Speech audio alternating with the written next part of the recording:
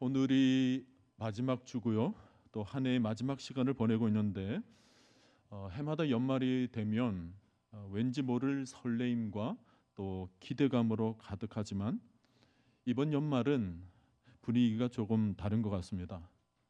지금 우리 시대는 혼란의 시대를 맞이하고 있습니다. 정치, 경제, 사회, 문화 어느 것 할 것 없이 다 흔들리고 다 불안합니다. 세상이 너무 혼란스러우니까 또 사는 것이 너무 팍팍하니까 덩달아서 우리 그리스도인들의 마음들도 상당 부분 영향을 받지 않을 수 없는 상황입니다. 자, 여러분, 혼란의 시대를 산다고 해서 우리 믿음도 흔들려서는 안 될 것입니다. 이럴 때일수록 우리가 믿음이 흔들리기보다는 더욱더 믿음을 붙잡아야 될 줄로 믿습니다. 지금까지 역사들을 보면 혼란의 시기에 신자들은 더욱 믿음을 굳건하게 다졌습니다. 그 죽음의 피바람이 불던 로마의 횡포 속에서도 초대 그리스도인들은 더욱 믿음을 굳건하게 만들었습니다. 중세의 혼란 속에서도 종교 지도자들은 솔라피데 오직 믿음으로를 부르짖었던 것입니다. 독일의 30년 전쟁, 그 혹독한 죽음의 시기에 가장 많은 찬송시가 쓰여졌습니다. 우리나라도 일제 강점기 때 최고의 선교자들이 신앙을 지키기 위해서 목숨을 바쳤습니다. 이게 그리스도인들이 가지는 선교자적 영성입니다. 시대가 어두울수록 성도들의 믿음들은 더욱 빛이 났던 거죠. 사막이나 밀림 지대에 가면 사자나 맹수들의 활동이 굉장합니다. 광야를 거침없이 달려가고 적수가 나타나면 오히려 더 가차없이 달려들고 아주 정글의 맹주로서의 기질을 그대로 드러내는 것입니다. 뭐 특별한 무기가 있어서 그런 것도 아닙니다. 그저 발톱이나 이빨이 전부죠. 그런데도 그것을 강력하게 사용합니다. 여러분, 우리가 가진 믿음에도 이런 야성의 기질이 있습니다. 겉으로 보기에는 하나님을 믿고 안 믿고 하는 것이 별반 차이가 없어 보이지만 실제로 믿음이 쓰여지게 되고 작동하는 순간이 되게 되면 강력한 힘을 드러내게 되는 것입니다. 우리에게 믿음이 있으면 세상 속에서 거침이 없죠. 어려움이 생기더라도 치고 나가는 것입니다. 믿음은 환경의 제약을 받지 않습니다. 믿음은 상황에 연연해하지 않습니다. 믿음이 있으면 세상에서 전혀 기죽지 않죠. 믿음이 있으면 세상살이 가운데 뒤로 물러가지 않고 앞으로 전진해 나가는 것입니다. 아무리 여건이 좋지 않다 할지라도 다시 일어서고 다시 달려가게 하는 힘, 아무리 삶이 어두워도 그 속에서 굴복되지 않을 힘, 이것이 바로 믿음의 야성인 것입니다. 오늘 우리가 읽은 본문은 이런 야성이 그대로 느껴지는 내용입니다. 칼날도 무서워하지 않고 사자의 입을 막아버리기도 하고 불의 세력을 멸하기도 하고 고문을 받았지만 구차히 풀려나기도 원하지도 않고 죽는 것도 두려워하지 않는 그야말로 세상이 감당치 못하는 야성이 그대로 담겨져 있습니다. 여러분, 어떻게 이렇게 살 수 있었습니까? 히브리서 11장에서는 다른 것을 가지고 설명하지 않아요. 오직 하나, 믿음입니다. 믿음으로 나라도 이기고 믿음으로 어떤 시련과 핍박이 와도 좀 더 기죽지 않고 믿음으로 모든 상황을 피하지 않고 정면 돌파했다라는 것입니다. 여러분, 오늘 우리가 예수를 믿는다고 했는데 우리에게도 이런 믿음의 야성이 있는지 점검해 보아야 합니다. 오늘 우리에게 이런 믿음이 있으면 모든 어려움을 이겨낼 수가 있는 것입니다. 이런 믿음이 있으면 세상에서 헤매질 않습니다. 세상살이 가운데 흔들림 없이 방황하지 않고 올곧게 우리가 전진해 나갈 수 있는 것입니다. 그러나 믿음이 없으면 조그만 환난에도 넘어지고 흔들려 버리고 쓰러지고 마는 것입니다. 우리에게 믿음이 있으면 딱 중심을 잡고 요동치지 않게 세상을 살아갈 수가 있게 되는 것입니다. 히브리서 11장을 보면 믿음으로 승리했던 분들의 이름이 계속해서 나오고 있는데 한두 사람이 아니에요. 아벨부터 시작해서 에녹, 노아, 아브람, 사라, 이삭, 야곱, 모세, 라헬 계속 나열됩니다. 32절에서는 기드온, 바락, 삼손, 입다, 다윗, 사무엘. 그러다가 그 뒤부터는 아예 이름도 생략합니다. 32절에서 내가 무슨 말을 더하리요? 할 말이 너무너무 많지만 지면상 줄이겠다라는 것입니다. 사람 이름 늘어놓으려고 하면 수도 없이 많지만 그런 것들은 다 줄이고 대신 짧지만은 그런 사람들이 어떤 삶을 살았는지 그들의 삶을 아주 압축적으로 요약해 주고 있는 것이 우리가 읽은 본문인 것입니다. 여러분, 믿음 안에는 수없는 승리들이 있습니다. 정치적인 파워로부터의 승리, 혹독한 핍박으로부터의 승리, 연약함으로부터, 악으로부터, 육체적인 위협으로부터, 두려움으로부터, 적대적인 세력으로부터의 승리. 그래서 바울은 로마서 8장 35절에서 누가 우리를 그리스도의 사랑에서 끊으리요? 환난이나 곤고나 박해나 기근이나 적신이나 위험이나 칼이라. 38절에서는 사망이나 생명이나 천사들이나 권세자들이나 현재일이나 장래일이나 능력이나 높음이나 깊음이나 다른 어떤 피조물이라도 우리를 우리 주 그리스도 예수 안에 있는 하나님의 사랑에서 끊을 수 없으리라. 확신에 찬 승리를 선포하고 있는 것입니다. 오늘 본문을 다시 보세요. 톱이 등장하고 사자가 등장하는 상황에서 흔들림이 전혀 없이 불의 세력을 멸하기도 하고 35절 같은 데를 보면 구차하게 살지를 않고 죽으면 죽으리라. 여러분, 믿음이 없으면 참 구차하게 살기가 쉽습니다. 믿음을 잃으면 세상에 무릎을 꿇게 되죠.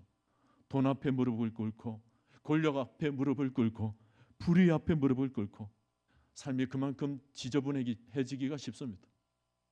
그런데 믿음이 있으면 그런 구차한 삶을 살지를 않아요.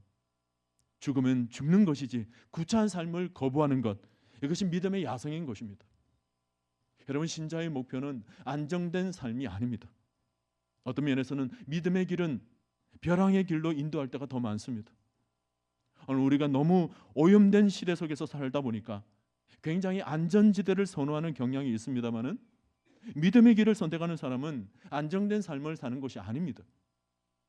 지금까지 기독교 신앙은 편안한 삶 가운데 다 쓰러졌습니다.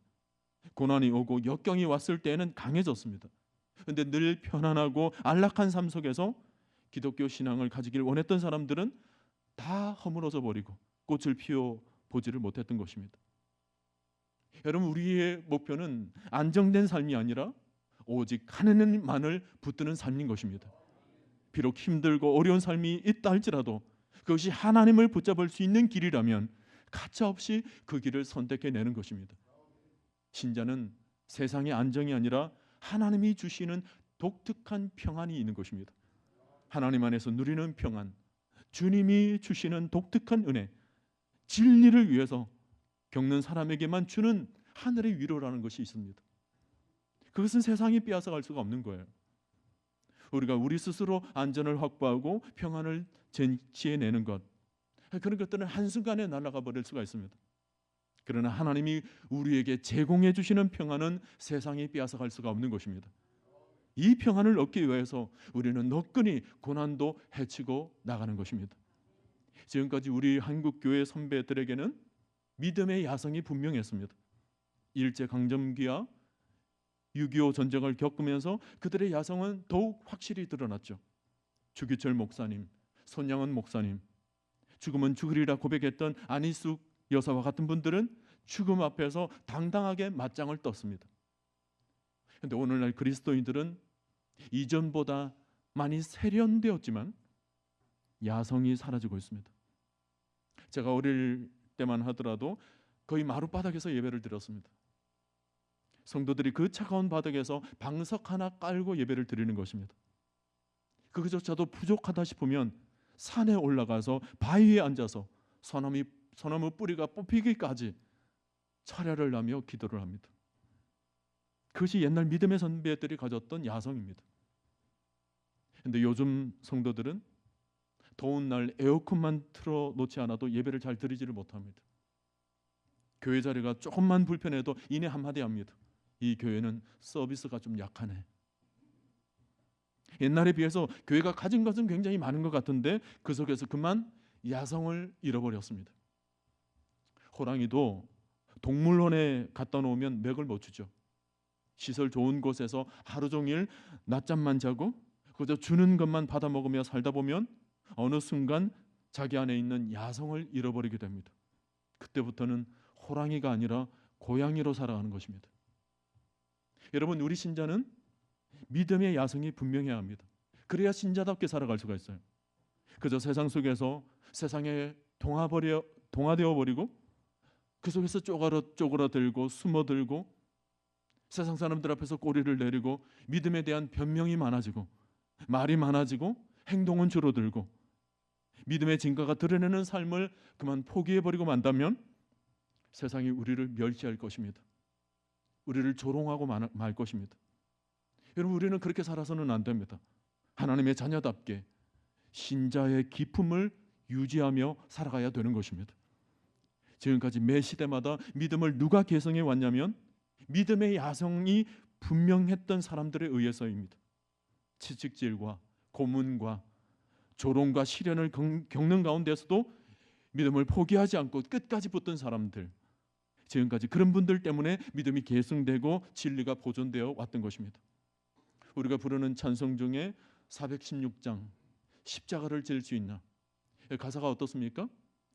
십자가를 질 수 있나 주가 물어보실 때 죽기까지 따르오리. 성도 대답하였다.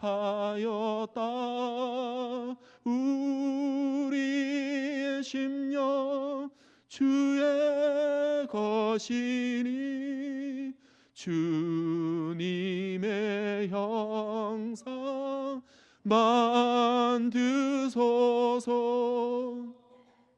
주인도 따라 살아갈 동안 사랑과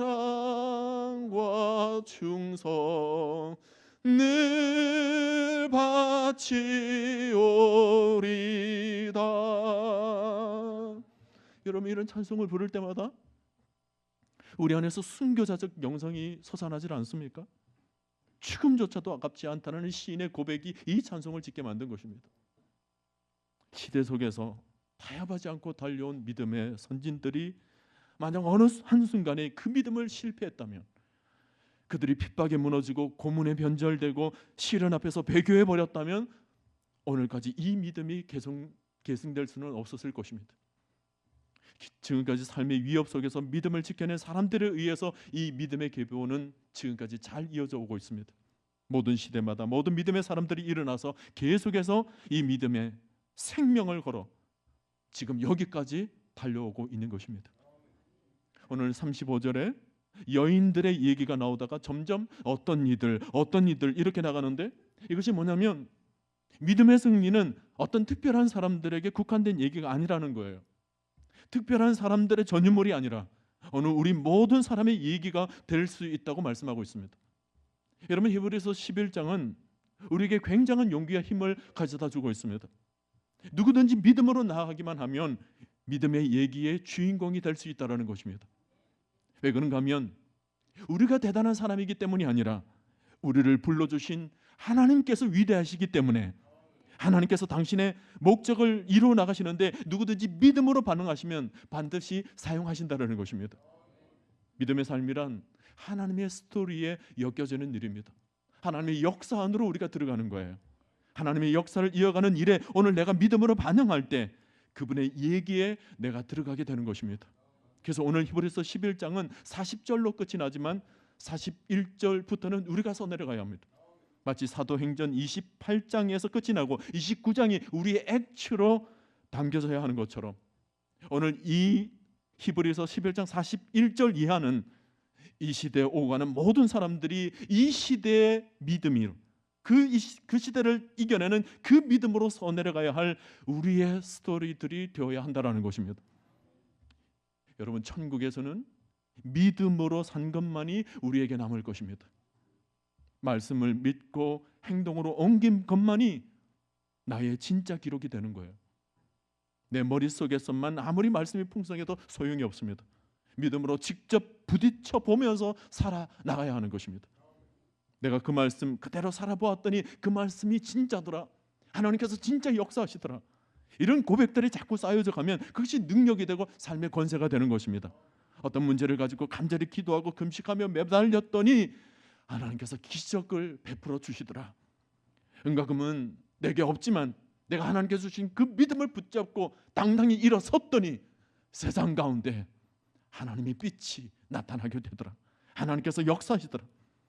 어떨 때는 하나님이 강력한 마음을 주시면 환자들 앞에서도, 죽어가는 그 환자들 앞에서도 진심으로 전심으로 기도하면서 환자를 살려내는 경험도 우리에게 일어나야 하는 것입니다. 단순히 병고침을 얻는 것이 중요한 것이 아니라 우리 안에 있는 그 복음의 능력이 그 병실에서 강력히 선포가 되어야 되는 것입니다. 남들은 되지 않는다라고 말할지라도 우리는 된다라는 것을 보여주어야 하는 것입니다. 누가 안 된다고 했던가? 하나님의 말씀대로 했더니 되더라. 이것을 강력하게 선포할 수 있는 것이 오늘 우리 시대의 믿음의 야성인 것입니다. 오늘 여러분들의 삶에 이런 발자취들이 많이 남겨지게 되기를 바랍니다. 여러분, 우리 믿음이 승리하게 되는 것은 세 가지의 분명한 확신이 있기 때문입니다. 우선 첫째는 말씀에 대한 확신입니다. 오늘 33절을 보면 약속을 받기도 하며 그랬습니다. 믿음의 사람들에게는 약속이 내려져 있다라는 거예요. 주의 말씀이 들려주고 있는 것입니다. 그리고 또 39절에서도 이 사람들은 다 믿음으로 말미암아 증거를 받았다 그랬습니다. 우리에게 주신 하나님의 말씀이 모두가 다 증거가 되는 것입니다. 히브리서의 영웅들은 지금 당장은 이루어지는 것 같지 않아 보여도 하나님의 약속은 언젠가 반드시 이루어질 것이라는 말씀을 분명하게 믿으며 나아갔던 것입니다. 로마서 4장 21절에서도 약속하신 그것을 또한 능히 이루실 줄을 확신하였으니 그랬습니다. 여러분, 성경은 하나님의 약속들로 가득 차 있습니다. 오늘 우리에게도 확실하게 보증할 수 있는 것이 뭐냐면 바로 이 약속의 말씀인 것입니다. 사람의 약속이 아니라 하나님의 약속. 하나님의 말씀은 1점이라도 영원히 없어지지가 않습니다. 우리가 강력한 담력을 가질 수 있는 것은 바로 이 약속을 믿기 때문입니다. 이 약속을 말씀 가운데 약속을 붙잡고 나아가면 우리가 반드시 이 시대 가운데 승리하게 될 줄로 믿습니다.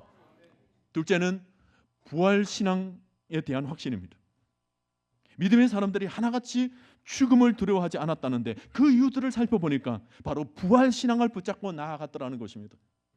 35절을 보세요. 여자들은 자기의 죽은 자들을 부활로 받아들이기도 하며 또 어떤 이들은 더 좋은 부활을 얻고자 하여 심한 고문을 받되 구차히 풀려나기를 원하지 아니하였으며 심한 고문도 받고 죽음 앞에서도 구차히 풀려나가게 한 그 힘이 어디서부터 나오느냐?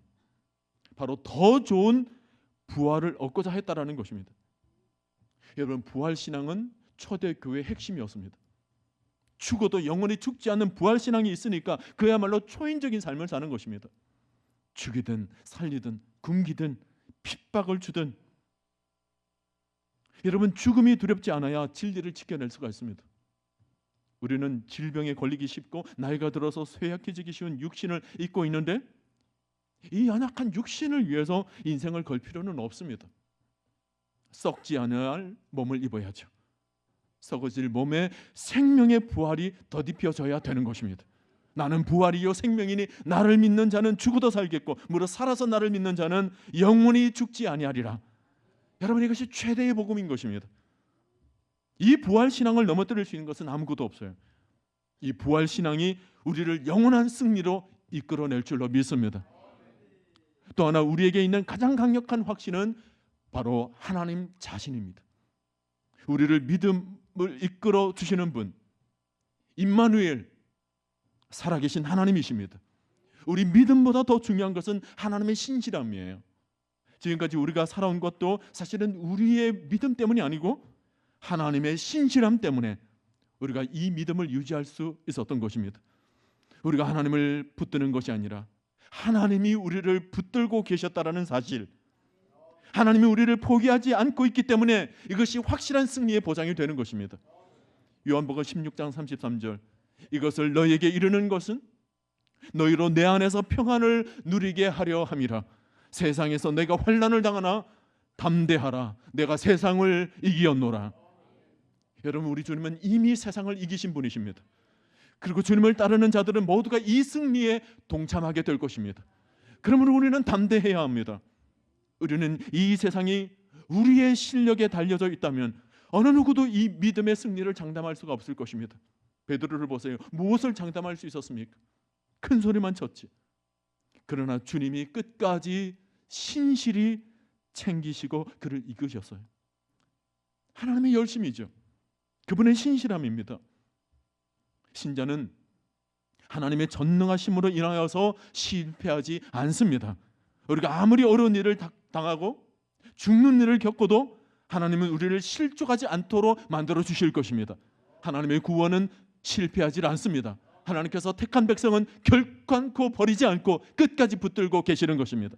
우리는 수없이 실패를 하고 넘어지지만 하나님은 우리를 반드시 승리의 자리로 이끌어 주실 것입니다. 하나님은 우리를 믿음의 자리로 지금까지 부르셨고 우리의 편이 되어 주셨고 우리와 늘 함께하고 계시는 하나님이십니다. 그분이 우리를 승리로 이끌어 주시는 것 때문에 우리는 반드시 이기는 믿음 생활을 하게 될 줄로 믿습니다.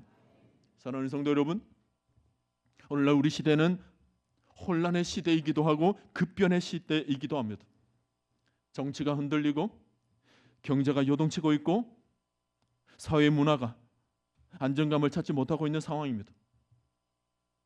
우리가 이런 시대 속에서 어디에서 힘을 얻을 것인가? 어디에서 소망을 얻을 것인가? 여러분, 이런 세상을 우리 힘으로는 살아갈 수가 없습니다. 우리 힘으로는 늘 쓰러지고 넘어질 수밖에 없었는데 우리에게 하나님께서 믿음을 주심으로 우리가 하나님을 바라보도록 인도해 주신 것입니다. 오늘 우리는 하늘의 힘을 얻어야 하는 것입니다. 하늘의 힘을 의지해서 살아가야 될 줄로 믿습니다. 이것이 믿음의 승부입니다. 그 어떤 것보다도 내게 주신 믿음, 내게 부어주신 은혜, 그 하나님을 붙잡고 이 시대를 돌파해 내어야 되는 것입니다. 우리는 이런 시대를 힘없이 맥없이 살아가서는 안 되겠습니다. 어둠의 권세에 정복되어서는 안 되고 우리가 믿음으로 어둠의 권세를 정복하며 나아가야 되는 것입니다.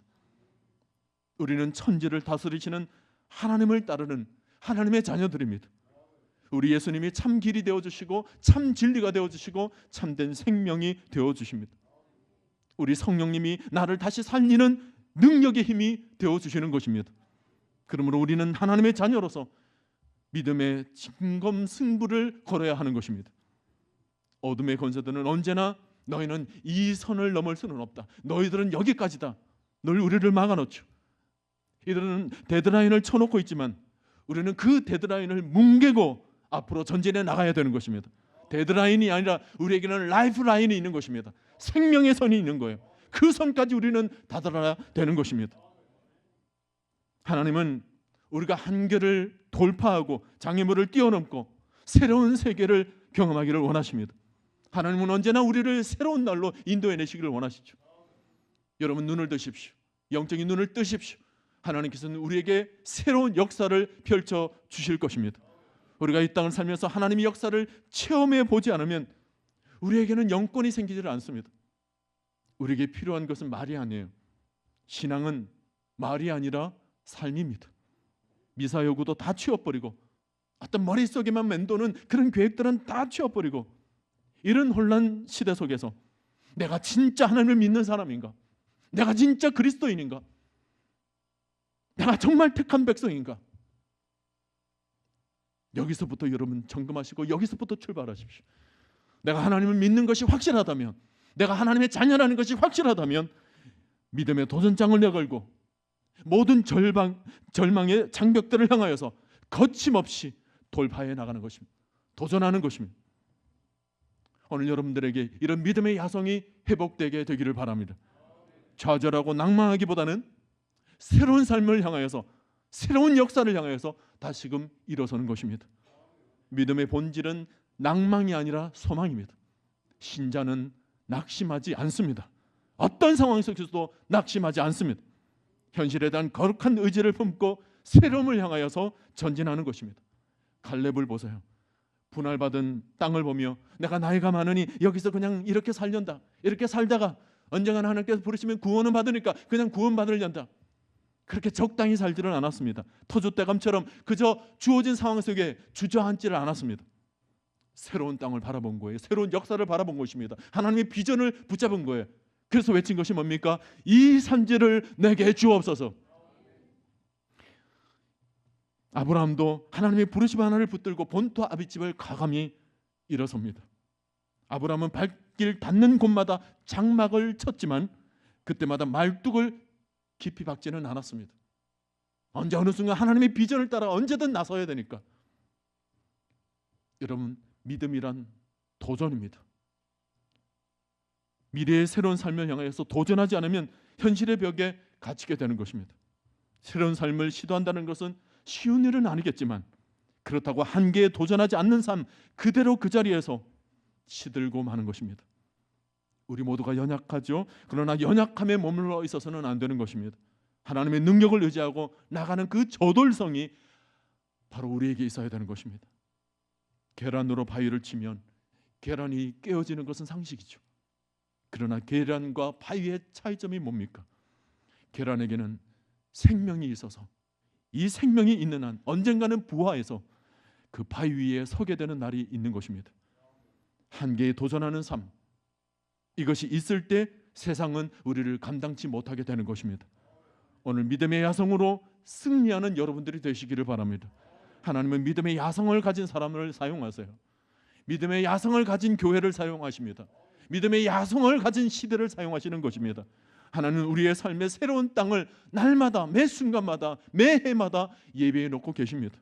40절을 보면 이는 하나님이 우리를 위하여 더 좋은 것을 예비하셨은즉, 더 좋은 것을 예비하셨은즉, 여러분의 삶이 이것이 끝이 아닙니다.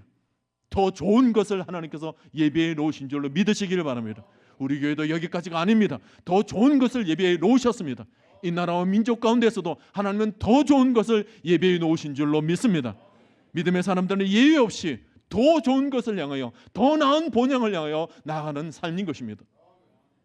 우리가 밟고 밟아도 끝나지 않을 우리를 향한 하나님의 축복의 지경과 영역이 우리 앞에 펼쳐지게 되는 것입니다. 믿음은 선택이에요. 둘 중에 하나입니다. 눈에 보이는 것을 선택할 것인가, 눈에 보이지 않지만 확실한 것을 선택할 것인가. 믿음 생활은 무엇을 바라고 무엇을 기대하며 살아가는가에 달려져 있습니다.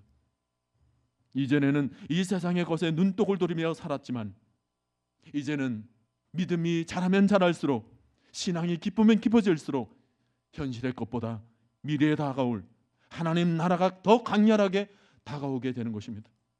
오늘 우리 시대를 아주 큰 위협으로 위협하고 있지만 우리가 이런 현세에 너무 초점을 맞춰서는 안 되는 것입니다.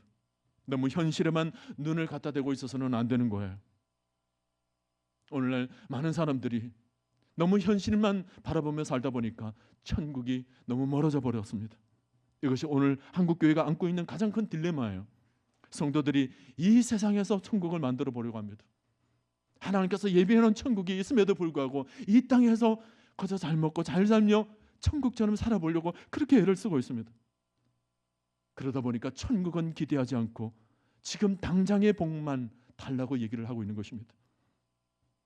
우리 한국교회가 달라지지 않으면 지금까지 이루어놓은 복음의 역사들은 퇴색되어 버리고 말 것입니다.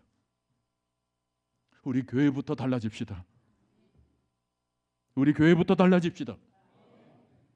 내년부터 우리 교회는 개척교회입니다.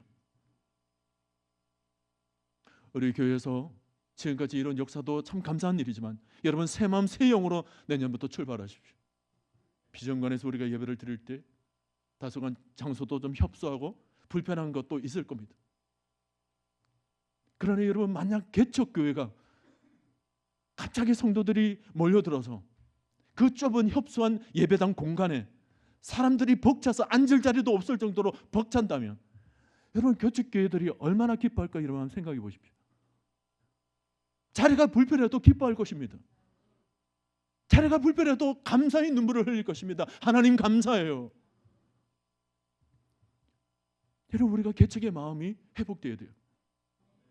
내년부터 우리는 모두는 개척의 마음으로 출발합시다.